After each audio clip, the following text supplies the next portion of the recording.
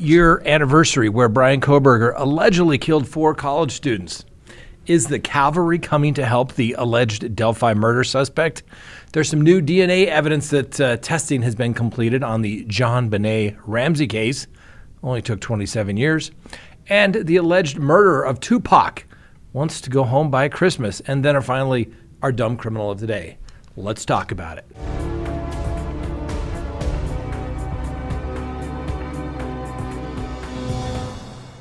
Good day, everyone. My name is Scott Reich, and this is Crime Talk. Thanks for joining us. You know the drill. Subscribe if you haven't, like if you do, leave me a comment below, and hit that little bell up there in the corner so that you can receive updates of when we go live or put up new content. And since we just got out of, jail from YouTube and Facebook, we would appreciate if you did that just to make sure that they didn't kick you out of the old algorithm. All right. Let's go ahead and get to the show. So let's go ahead and open the record for November 13th of 2023. And first on the docket, it has been 1 year. That's right. Today marks the 1-year anniversary since 4 University of Idaho students were stabbed to death in a gruesome home invasion that has obviously grabbed the attention of everyone across the nation. Now, for those who are not familiar with the case, in the early hours of November 13th of 2022, roommates Kaylee Gonsalves, Madison Mogan, and Zaina Kernodle, and Kernodle's boyfriend Ethan Chapin were all killed inside the off-campus house there in Moscow, Idaho. Now, 2 other roommates survived the attack, and after a 6-week search for a suspect, 28-year-old Brian Kohberger, who is a criminology PhD student at the nearby Washington State University, was finally arrested on December 30th at his family's home in Pennsylvania. Now, one of the surviving roommates said that she woke up around 4 a.m. on November 13th of 2022 from what sounded like Gonsalves playing with her dog in one of the 3rd floor bedrooms. Now, a short time after, the roommate said she heard who she thought was Gonsalves say something to the effect of, "There's somebody here." That's according to the police affidavits, but that could have been Kernodle on her phone because records show she was on TikTok at about 4:12 a.m. The roommate also said that she looked out of her bedroom but did not see anything when she heard the comment about someone being in the house. She apparently opened her door a second time when she heard what she thought was crying coming from Kernodle's room. The roommate then said that she heard a male voice say something to the effect of, "It's okay, I'm going to help you." This is all according to the affidavit. Now, the roommate said that she opened her door again after she heard the crying and then saw a figure in black clothing and had a mask on that covered the person's mouth and nose that was ultimately walking towards her. She described this male as 5'10", taller, not very muscular, but had an athletic build and very bushy eyebrows. The person walked past her towards the back sliding glass door as the roommate stood in a frozen shock. Now, authorities have reviewed surveillance video from the area, and they believe that they saw a suspect's white Hyundai Elantra go by the victim's home at least 3 times before entering the area for a 4th time at about 4:04 a.m. Police also say they've traced the car's travel that night back to nearby Pullman, Washington, where, coincidentally, Brian Kohberger lived while attending Washington State University. Now, Kohberger's phone was tracked heading to the Moscow area before the attack, and as the driver of the white Elantra returned to Pullman. However, the phone was turned off between the hours of 2:47 a.m. and 4:48 a.m., which is consistent with Kohberger attempting to conceal his location during the quadruple homicide, according to police. Now, his phone was near the victim's house at least 12 times before the murders, as far back as August, the police report. Now, DNA evidence from the suspect was also recovered on a knife sheath on Mogan's bed. Now, Kohberger is charged with the 4 counts of first-degree murder and 1 count of burglary, and he could ultimately face the death penalty if he's convicted.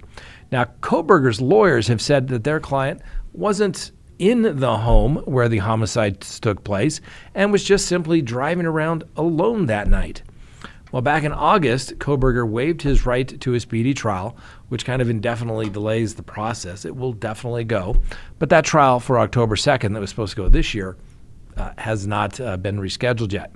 Anyway, the DNA discovered on the button snap of the knife sheath was found near Mogen's body is a critical piece of evidence for the prosecution. It is what is somewhat a circumstantial case. Now, the DNA authorities argue undeniably links Mr. Kohberger to the crime scene, saying that the DNA showed a statistical match with a cheek swab taken directly from Kohberger after his arrest. Now, Kohberger's attorneys have attempted to cast some doubt on the strength of the investigators' evidence and whether it pointed irrefutably to just their client, including the DNA. And the defense has repeatedly asked for more information on the genealogical analysis used to zero in on Kohberger, and they've got that from the judge. And the analysis that the DNA is a statistical match will also be challenged. Now, Kohberger's attorneys have also highlighted what they call a complete and total lack of DNA evidence, because guess what? There's no DNA from any of the victims in Mr. Kohberger's home or car. Now, of course, the police say that he bleached his car and cleaned his residence. That's why we wouldn't do it. And of course, you must also remember the knife used in the murder has not yet been recovered. And we've also learned through unsealed search warrants that investigators are going through records of Amazon purchases and a click history data for an Amazon customer, including all detailed customer click activity pertaining to knives and accessories, as well as a long list of information that could possibly flush out the customer's full shopping movements and interests on the site, like items that maybe they were looking to purchase or maybe get at a later date. And obviously what prosecutors are trying to do is link Kohberger to the purchase of the missing knife that could have obviously, they believe, been used in the killing. That'll certainly help their case. Now, the question then becomes, what do we know about the two other roommates that survived? Now, the first one was Dylan Mortensen, and the other one is Bethany Funk. And they were both home when Brian Kohberger allegedly snuck into the house there on November 13th. Now, Mortensen even apparently came face to face with the killers just moments after the killings, according to authorities that she figured the figure was clad in black clothing and had a mask that walked toward her just after 4 a.m. Now, the two women were also allegedly texting each other while the murders were allegedly happening and received an onslaught of online hatred after it was revealed that no one called 911 for several hours after the quadruple slaying took place. Since then, the two roommates were spared and have kept to themselves. Now, Mortensen has been quite isolated, according to her family and friends, and Funk has kept an even lower profile and now lives out of state. She has only been heard from when her attorneys filed a motion earlier this year to dismiss a subpoena that would force her to testify as part of the murder suspect Brian Kohberger's defense. Now, Miss Funk, however, later agreed to sit down for an interview with Brian Kohberger's attorney, and it's unclear if this happened or what came of it, but she apparently did sit down for an interview. I say good for her. Now, it's still a mystery why Mortensen and Funk took so long to call the police on the night of the slayings. We don't know if it is an issue maybe of intoxication or fear, or maybe they just didn't know anything had really taken place. That was kind of a party house where people came and left and partied, even when the home residents weren't there. So it wasn't necessarily something where you would get surprised if somebody came in the house. Anyway, back in December, Mortensen and Funk apparently got matching tattoos on the back of their elbows to honor their murdered roommates. The first letter of each of their friends' first name surrounded by angel wings. Mortensen said her 4 roommates changed the way that she looks at life. And Miss Funk wrote that the victims were all gifts to the world in her own special way, and it will never be the same without them. Is the accused Delphi murder suspect going to get some help? Well, looks like it. Remember, Richard Allen is the suspect and is accused of killing Libby German and Abby Williams in Delphi, Indiana, back on February of 2017. And he is set to stand trial next October.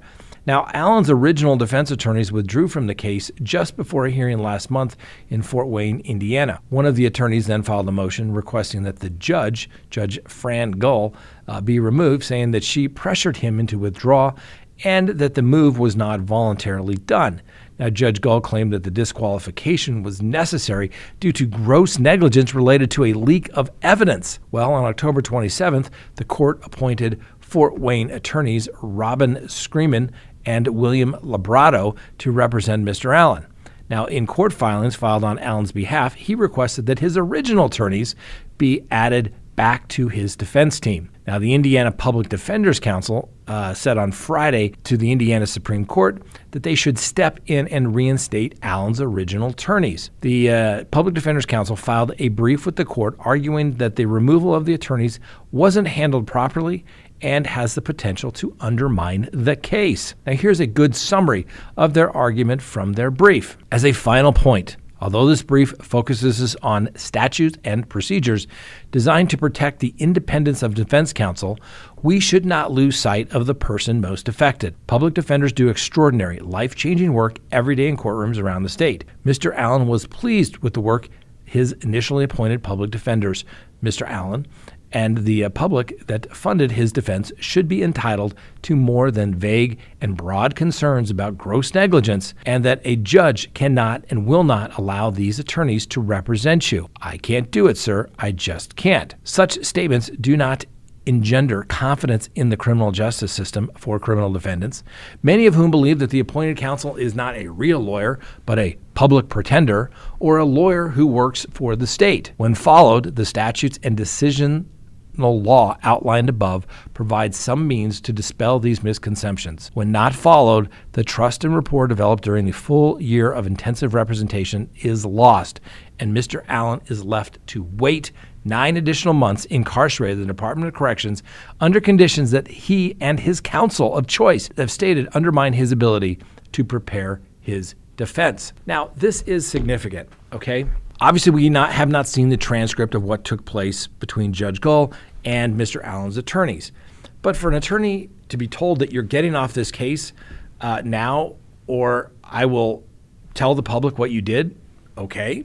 The defense attorney should have said, bring it on, Judge. But I understand, small community, the judge is telling you you're off the case. You're kind of ambushed about it. You don't know what to do. I get it. The attorneys have since gone back with the blessing of Mr. Allen saying, put me back on the case. Now, here's what I don't like the way Judge did it. If she thought that there was something so egregious that these attorneys did, then there's a procedure for that. It's called a grievance. But Mr. Allen, although he's not entitled to counsel of his choice when he's represented by the public defender's office, like he can't say, I picked this one and this one, normally, but in this particular case, it seems as though the judge was the one that created the conflict, if there is even a conflict of interest in this particular case.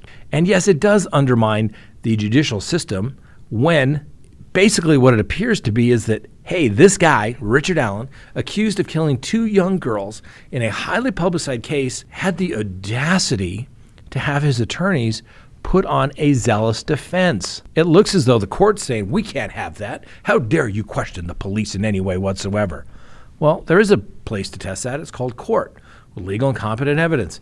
The cross-examination that takes place, the greatest truth-seeking tool ever created. So it looks a little fishy when the judge just says, we're going to get rid of this particular case. I don't like it, and I think the attorney should be put back on the case unless and until I see something differently in that particular transcript.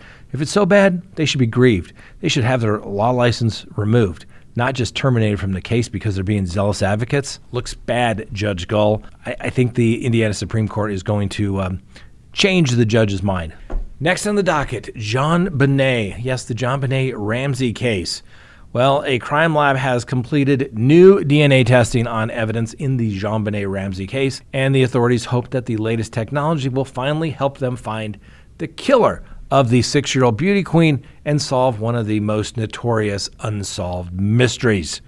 Now, the evidence, some of which was previously examined while other pieces were new, was sent off 2 months ago and has finally been returned to the police with the detailed DNA report, according to some law enforcement sources. Now, the results have not been released, and the mystery has baffled investigators and obviously the public since it began back on December 26, 1996, when JonBenet's desperate family reported that she was missing. Her father, John Ramsey, found his daughter's body in the basement of their Boulder home 7 hours later. She had been strangled. A garrote was found around her neck. She also had a broken skull from a blow to the back of the head, and an autopsy stated her official cause of death was asphyxia by strangulation.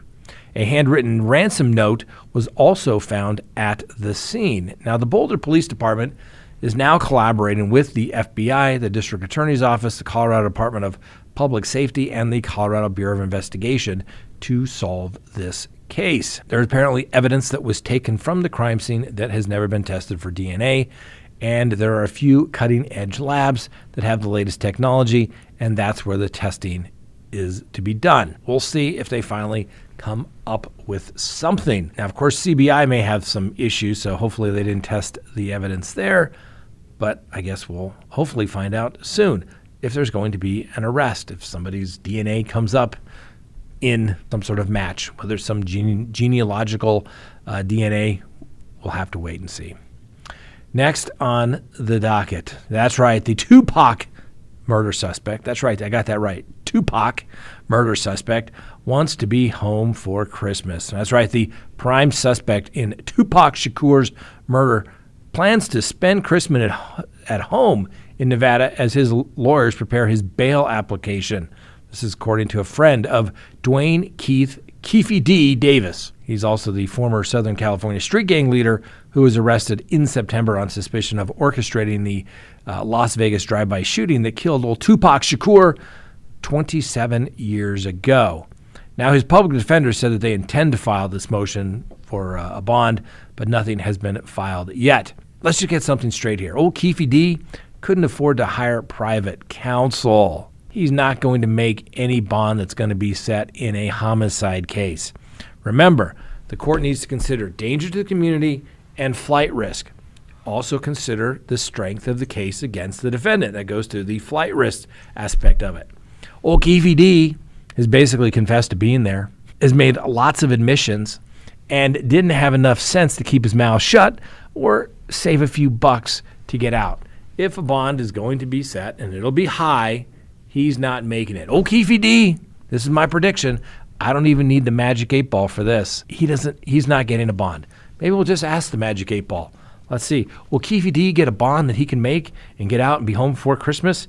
Magic 8 ball says, ask again later. Okay, even magic 8 ball.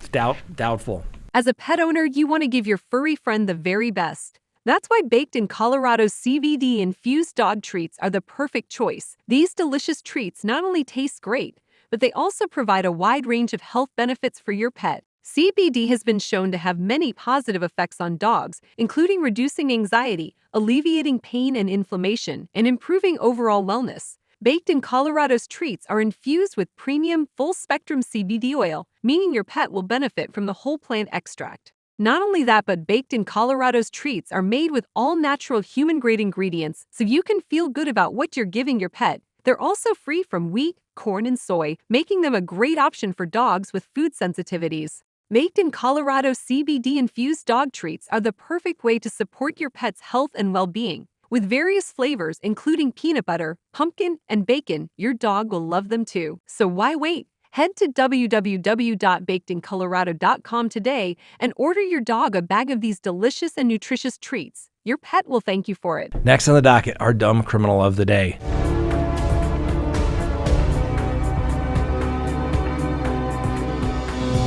Please meet Fabio Fonseca of Deerfield Beach, Florida. He was arrested on retail theft and felony drug charges. Gee, that's funny. You ever notice the theft guys, the burglary guys, the car pilferer guys always seem to have drugs on them? You're starting to notice a bit of a pattern here, ladies and gentlemen. You don't have to be a high rep learner to start figuring out these patterns that exist. It takes place over and over again. But yet some people just don't ever see the pattern. I don't know. And on a side note, did you see there was an article in the Wall Street Journal this week where Oregon basically decriminalized all drugs and now they're regretting it and they want to change it back? Interesting read. Just something to think about. Back to the dumb criminal today, Fabio Fonseca. He is a man that apparently told deputies that he had to meet his $300 daily theft quota. So he began to take orders from people willing to buy stolen items. Now, Mr. Fonseca told deputies that he had to meet at least a $300 daily quota of theft. So he began to take orders from people willing to buy stolen items. And he did that by traveling across county lines to do so, according to the sheriff. Among some of the items pilfered, including beauty products, toys, suitcases, an air freshener, toiletries, clothes, and squishmallows. Fonseca was described as a traveling secret retail thief by the sheriff's office because he would walk into the local retail stores and act like he was a superstar secret shopper. Well, except his secret was he was stealing to fulfill his orders from people that knew that he was going to go steal something and then pay a 50 cents, 10 cents on the dollar for whatever he was stealing. But he had to get his quota of $300 a day. And if he does that 7 days a week, that's $2,100 per week times $4,800 for 2 weeks. My gosh. Or he could just go get a job because now he's going to go to jail, maybe possibly prison. Mr. Fonseca, you are a dumb criminal of the day. That's all we have for you today. Thanks for watching. We'll see you next time on Crime Talk.